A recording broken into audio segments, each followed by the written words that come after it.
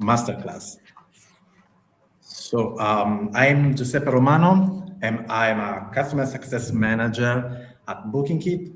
I've been working here for 5 years, and I'm mainly responsible for the developing of the Italian market.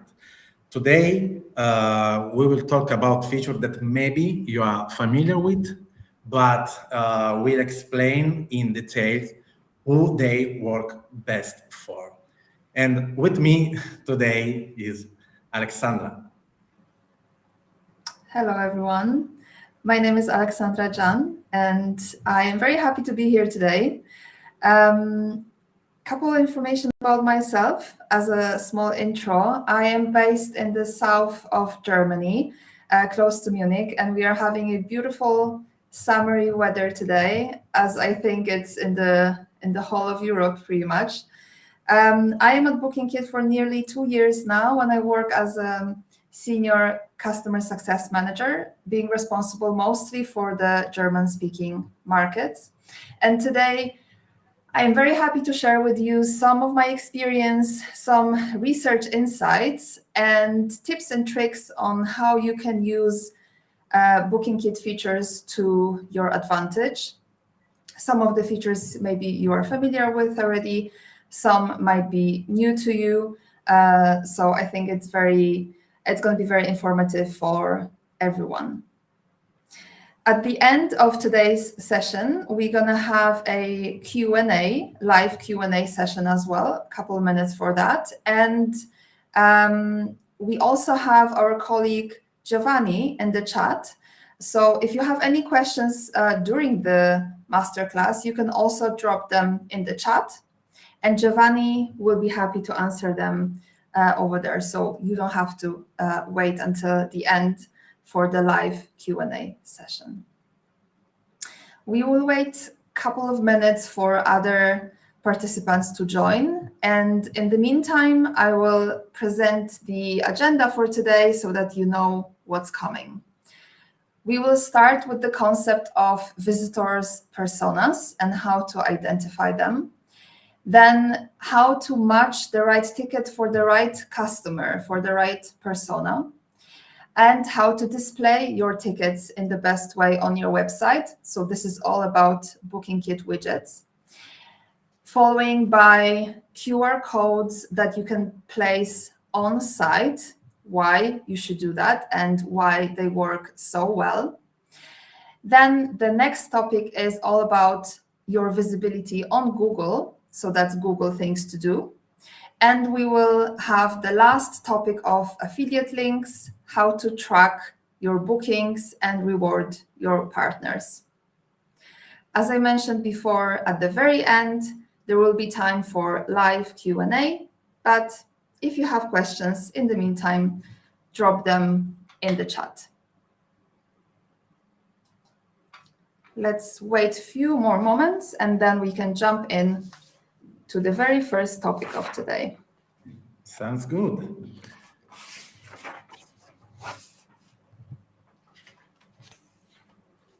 I already see some message in the chat.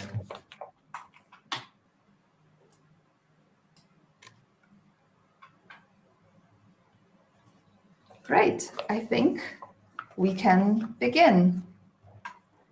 The very first topic for today is identifying visitor personas. So before we talk about any tools, channels, or optimization, it's really important to understand who your visitors actually are. And this is important because different visitors behave in different ways, and they also expect different booking experiences. And honestly, once you get a clear picture of that, figuring out the rest of your strategy becomes much, much easier. So let's start with the core question, a question that every operator in this room should ask themselves pretty much on a daily basis. Who is actually visiting your attraction? Think about it for a moment. Do you see a generic tourist or maybe the real people that are behind every booking decision? Because the reality is that to sell more, you first need to understand exactly who you are selling to. And today we are not guessing. Everything we are about to go through is based on research, which is very recent, just from last year, including insights from Arrival, from Alva Family Research, and Gen Z Trends. What we see across European attractions, whether it's museums, water parks, or historic landmarks, is that the majority of your revenue actually comes from just 4 different persona types. But before we go into the personas that you see on the screen already, quick disclaimer. Of course, these are very simplified and a little bit of stereotypes as well. This is by design. The goal here is not to perfectly label each and every visitor, but to highlight the most common behaviors that we consistently see across attractions. And with that, let's start with the first persona. Let's say his name is Luke. He is the youngest generation of your visitors that can purchase tickets themselves. He is between 18, 24 years old, a student or maybe early in his professional career. He lives in a city and mostly visits with 2 or 3 friends, so it's a rather small group. He will discover your attraction through social media, could be Instagram, TikTok, YouTube. And crucial about him is the fact that he does not plan. For him, it really is same day decision, sometimes the same hour decision. And he books only on mobile, he researches only on mobile, always on his phone. And so very important is the speed for him. So if your checkout has too many questions, too many forms, it just takes too long, you will lose him. He also hates friction. So if you ask too much of him too early, he's gone. If you ask him to create an account, that's a no-go for him for sure. So for any evening events or special exhibitions, Luke is definitely your most spontaneous conversion segment, but also your most sensitive. And when we move now to the second persona, let's call her Sophia, you will see that her behavior is very different from Luke's. She is an international visitor in her early 30s, traveling from Western Europe, maybe the UK, maybe even from the US. And she lives in a city and plans a 7 to 10 day trip abroad.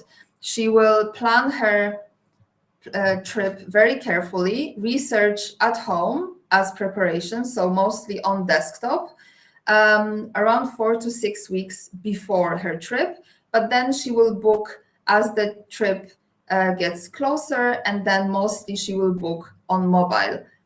What does it mean, actually? It means that she is a planner. She books early, she does her research, she reads reviews, and trust is very, very important to her. She needs to be able to trust you, have all the clarity that she needs before she makes a booking, which means that she often books on OTAs, but there is a key insight. Because Sophia looks for trust, then she will be convinced by your official site badge. If you don't have one yet, I'm sure we will teach you how to get it. So if you're a major attraction or historical landmark, Sophia is one of your most important visitors. And now let's move to persona number 3. We call her Anna. Anna is a mother. She is a family manager, organizing all the family activities. She is between 30 and 45 years old and lives 90 minutes away, up to 90 minutes away from your attraction. She travels as a group. Mostly, let's say it's going to be 2 adults, 2, 3 kids. She will research in advance a little bit, but what's very crucial about her is the fact that she will book in the final 48 hours, even on the same day. And we see in research that actually nearly half of families present that same behavior. It is some research in advance and then booking pretty much on the day. And why is that actually? So for Anna, the most important thing is providing a great experience, having fun for the kids, with the kids. And we know that kids are rather unpredictable. You never know what's going to happen. So she will wait until the last day before the trip or on the trip to make that purchase. So for any regional museums or water parks or zoos, Anna is definitely your peak visitor, and she represents spontaneous and short-term demand. So as you can see, that all three personas that we covered so far are very different from each other. And the very last persona type is actually a couple. We call them Jack and Jane. They are retired. They are around 60, 75 years old, and they plan their trips to be around 10, 14 days long. And the focus is definitely culture. They are your high value audience. They book way in advance, even up to 2 months in advance, and they book and research on desktop. So they will do everything at home before the trip, probably also print out all the documents, tickets that they might need so that they're ready to go. So what matters the most to them is detail, clarity, and trust. They want to understand what exactly they're booking, what's included, and what they can expect. They are highly expectation sensitive, meaning that if the experience does not match what was promised, they are very unlikely to return. But most importantly, they will also not be shy to leave a negative review and tell all their friends and family about that experience. But if handled correctly, they are your most valuable segment in terms of willingness to pay, and they will also be happy to leave a really nice positive review if their experience is positive. So this, talking about the visitor personas, really shows you that one size fits all doesn't really work anymore. Because if your booking process is too slow, you will lose look.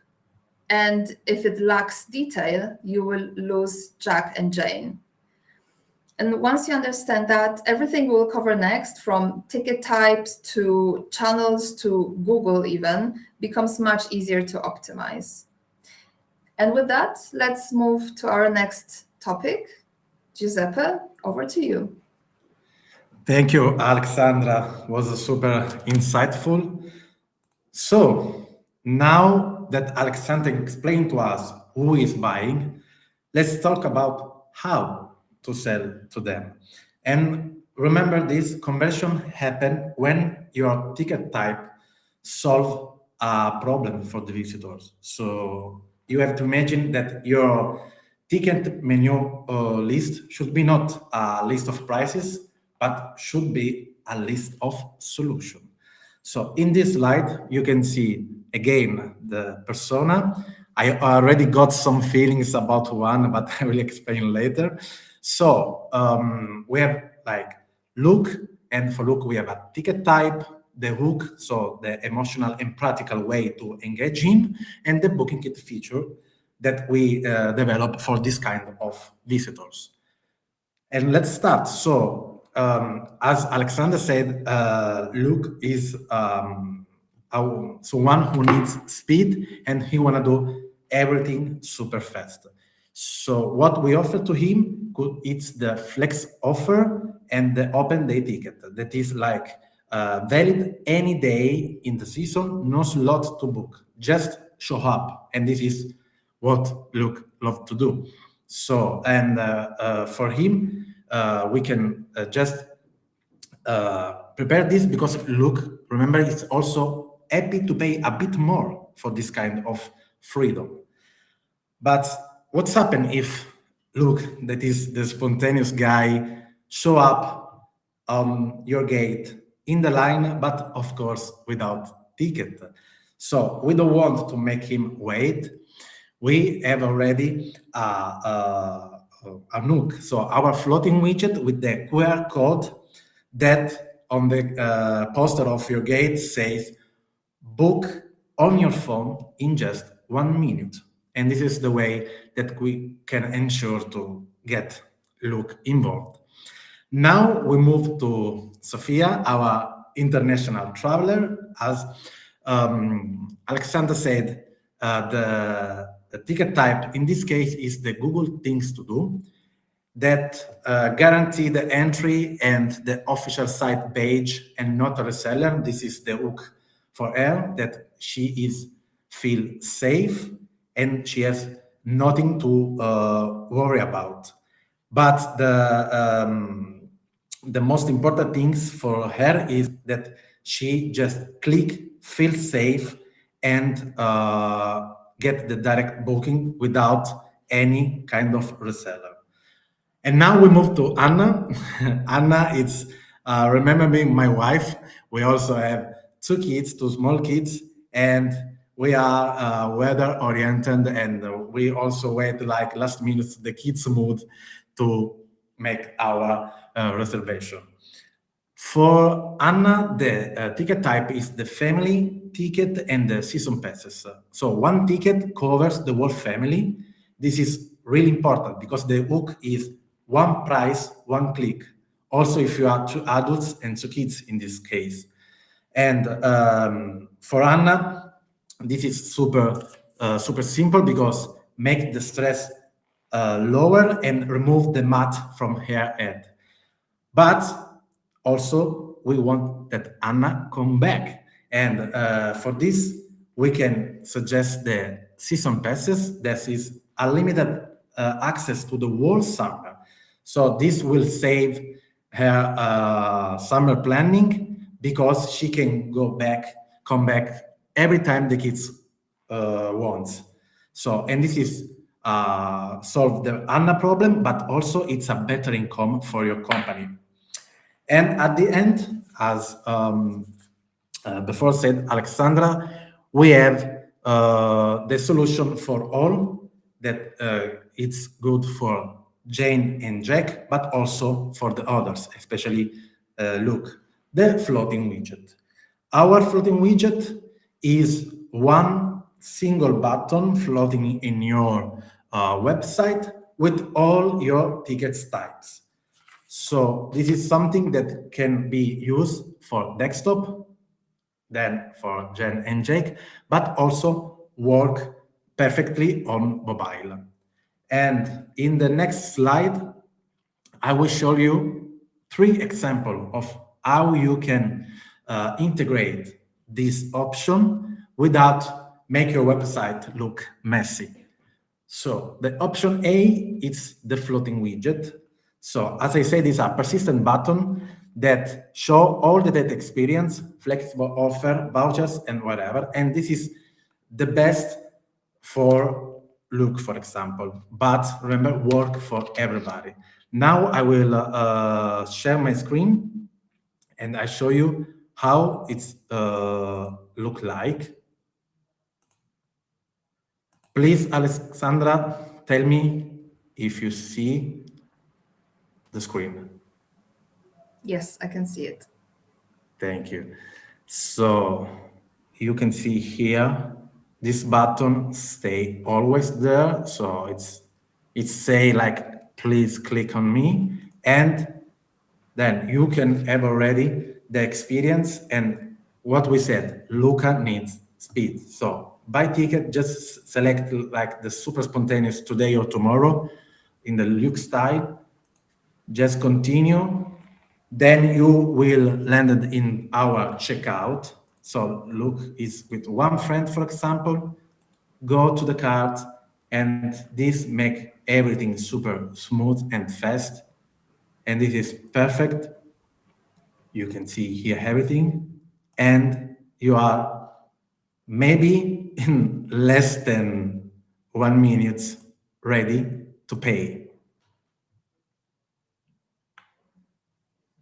So now I'm not paying, but it just was just to show you how it works. Now I can go back. And let's talk about the option B. So the classic widget. So the classic widget is a specific landing page dedicated to season pass for a group page, or also at the same experience, but just show in another way. And this is the best for the separate landing page and for ticket type. So let me show you again the screen.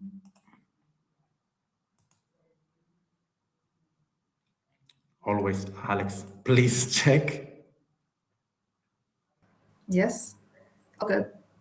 Okay, so we have the floating widget here, but we have also this button. So I click here, and now we can see the same experience, but just with all the different prices, more picture, all the description, all the rules, everything, also the map, and you can reserve your date with the calendar, and this is how it works. And last one that I show to you, it's the option C. It's the custom overview. So this is perfect for who want the full control of editorial things in the website, in their website, and it's with a call to action button. So this means that it's your website, everything but before the checkout. And I will show you in another website this time.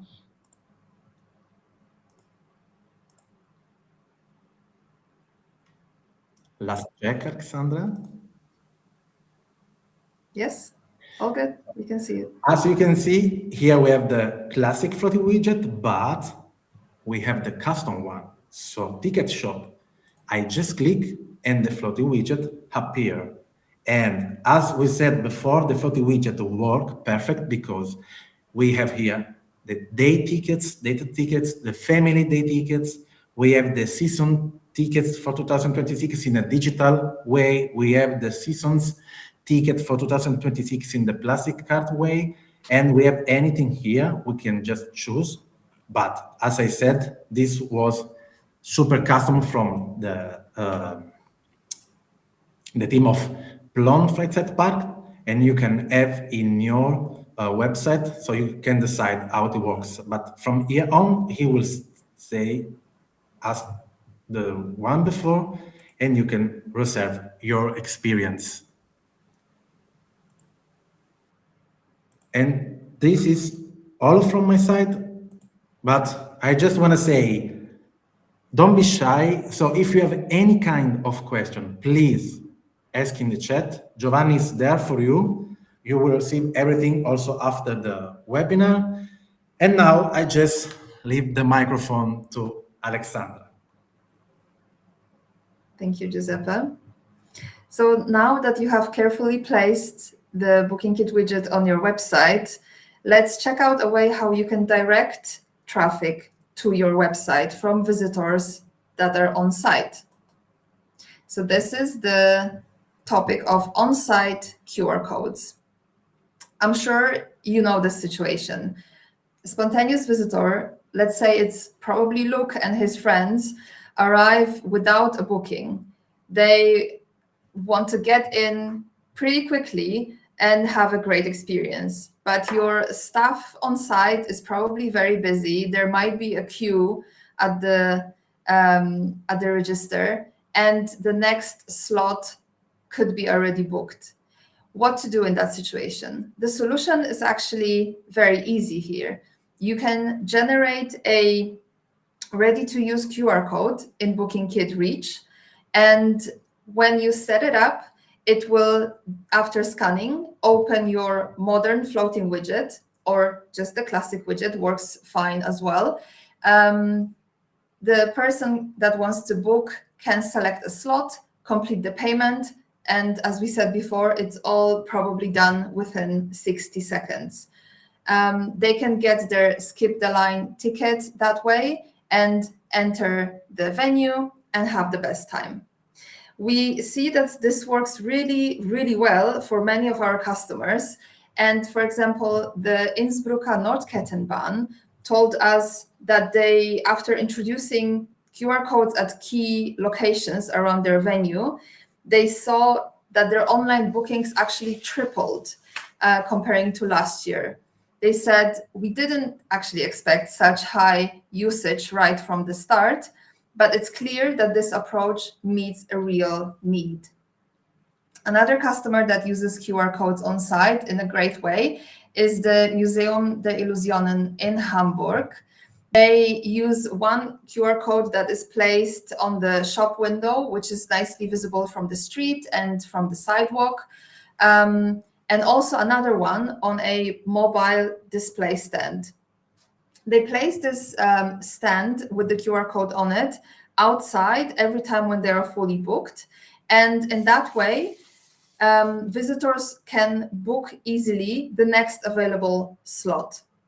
And one additional benefit of using on-site QR codes is that because you are using actually the functionality of affiliate links to create that QR code, BookingKit tracks all your resulting bookings automatically. So this means that you can clearly see how many conversions came from your on-site QR code and measure the impact directly in your dashboard.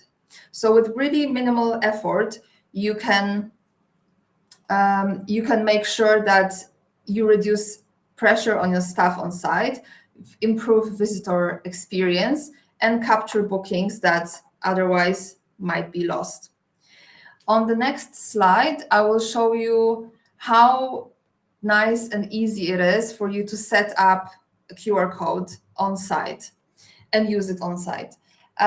When you go to BookingKit Reach, there is a affiliate links section, and you click on New Campaign. There's really only two mandatory fields that you need to fill out here before you click after you can click Continue. It's the name of the campaign. It should be something easy for you to recognize. Could say, for example, main entrance. And then you select which experience should be shown when scanning that QR code. It could be one experience that you select from a drop-down menu here, or it could be also a link, so URL to your website where you placed your widget. And you can even test this link. There is this blue button. When you get that green notification saying it's all verified, everything will be tracked, you know you're good to go. Click Continue. And on the next page, you will already see it's done. You have the link, you have the QR code, you can download it, you can print it out, you can place it at your shop window, mobile stand, whatever you want. So this really is a perfect way for you to capture guests that are already standing in front of your venue. They're physically there. And now Giuseppe is going to show you how to get found by travelers that are on the go. Giuseppe, tell us about Google things to do. Thank you, Alex. So Luke is so happy to have this QR code opportunity on the entrance. I'm sure he is. So, okay, let's move to the persona 2 back, Sophia. Sophia is our international traveler. So you have to imagine this following scenario with Sophia. So she's planning the trip for maybe 6 weeks in advance. So she's searching of your attraction on Google and immediately see the official link button side of Google Things to Do. So she can see this on Google Search, but also in Google Maps. And this official site page give instantly the trust and make Sophia feel safe. So she's not using OTAs, she don't compare retails at this moment, she simply booked direct to you, so to your website. And Google Things to Do make this possible when? In the perfect moment, when the interest is at the highest level.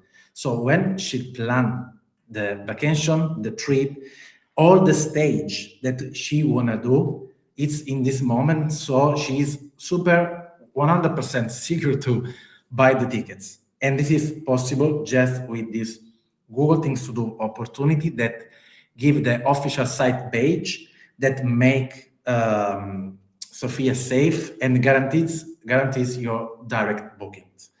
So in the next slide, I will show you how it look like. So let me see here. So I can also make a bit bigger. Like in the phone, you can see already here, we have like the macro. Oh, sorry. Okay. So we can see here, official site page. So the mission just to click and go directly in your website. Also here, and in that way, Sophia has no doubt. As I said, she will do this before she starts the trip, and you are already get your revenue before she starts the vacation. I also want to add something that is something I would say fresh. So it's the way that the research is changing. So as you can see in the slide, the future of search, EAO, it's how the things are changing super fast due to the AI. And as you can see, there is the key points to think in mind is that the future of customer, it's the way we'll find you, the shift from traditional answer and genome optimization. And this is how the way is changing fast. And instead of scrolling through pages of Google or research for links, the travelers are increasing asking AI agents. So I want to go to London and I need this. I want to do this kind of experience. So this is how they are looking for you now with ChatGPT or the others like Gemini, and they are planning all the trips and find the ticket in that way. BookingKit, it's a company that are using AI. So, and we have already a partner called Peak AI. So that is an answer engine optimization expert that help you to maximize your visibility. And we recommend you to use this, our partner. Maybe more information will come later in the email. And they also are embedding like us, and they are focused on this new trend to find your attraction and to reserve your tickets. Perfect. So now I leave you with Aleksandra for the last topic. Thank you, Giuseppe. This is really exciting, both Google Things to Do and the new way of searching for information, for sure.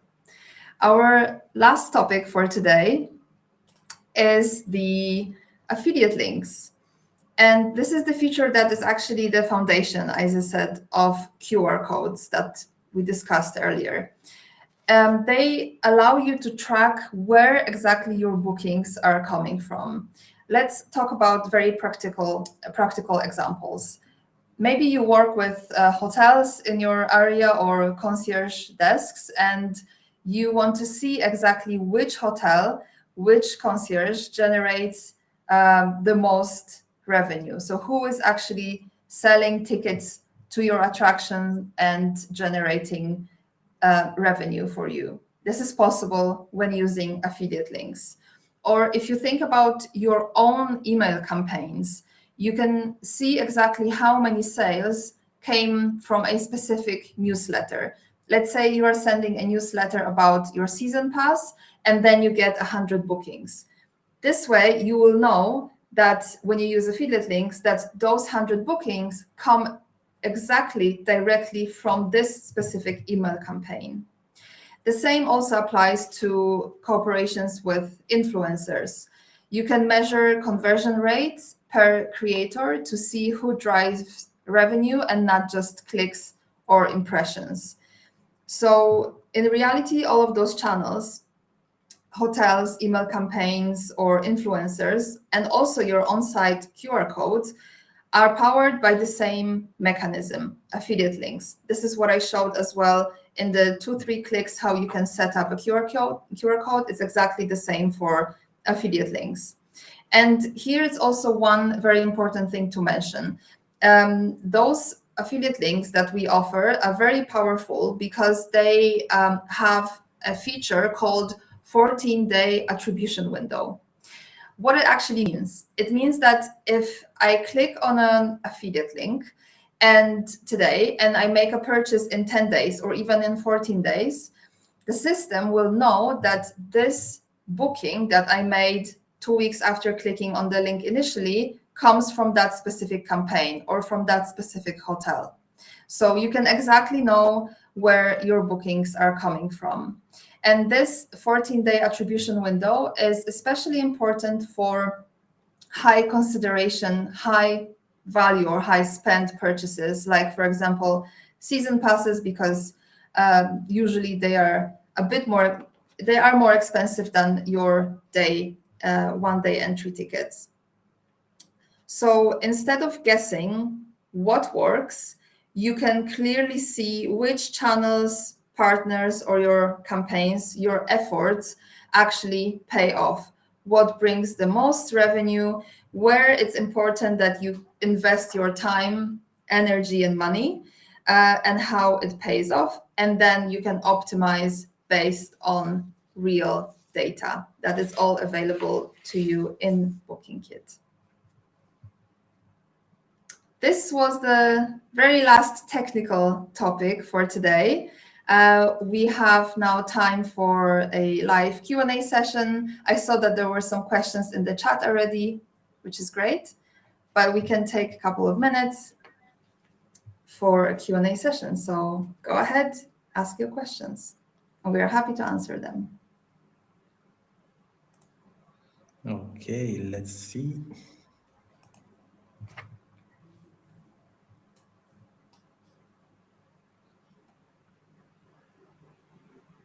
Somebody asked about the booking or being found on ChatGPT, which is the super relevant topic of this year, last year, probably, when we all started using Gemini, ChatGPT pretty much every day. And it's also used so often for planning trips. I use that tool myself when I plan my holidays. And the good news is that we are already AI friendly, so you can be found on ChatGPT, for example, and other tools quite easily. Yeah, I see another question is, are all widgets for mobile and desktop? Yeah, the answer is yes. They are all for mobile or desktop. The floaty widget work so perfect for the mobile because it's new generation widget that will work, do its best on the mobile version, but all of them can be used from desktop and mobile. Let's see if I see a question. There's one question about Season Pass. I can take this one. Yes. Please. Somebody asks, Season Pass means annual pass. How can I activate it?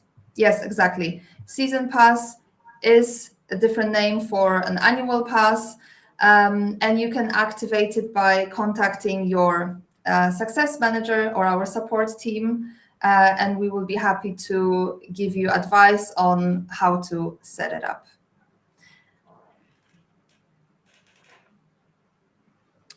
Good. Was great. Was funny. So it was really fun. Thank you. Yeah. Thank you, Giuseppe.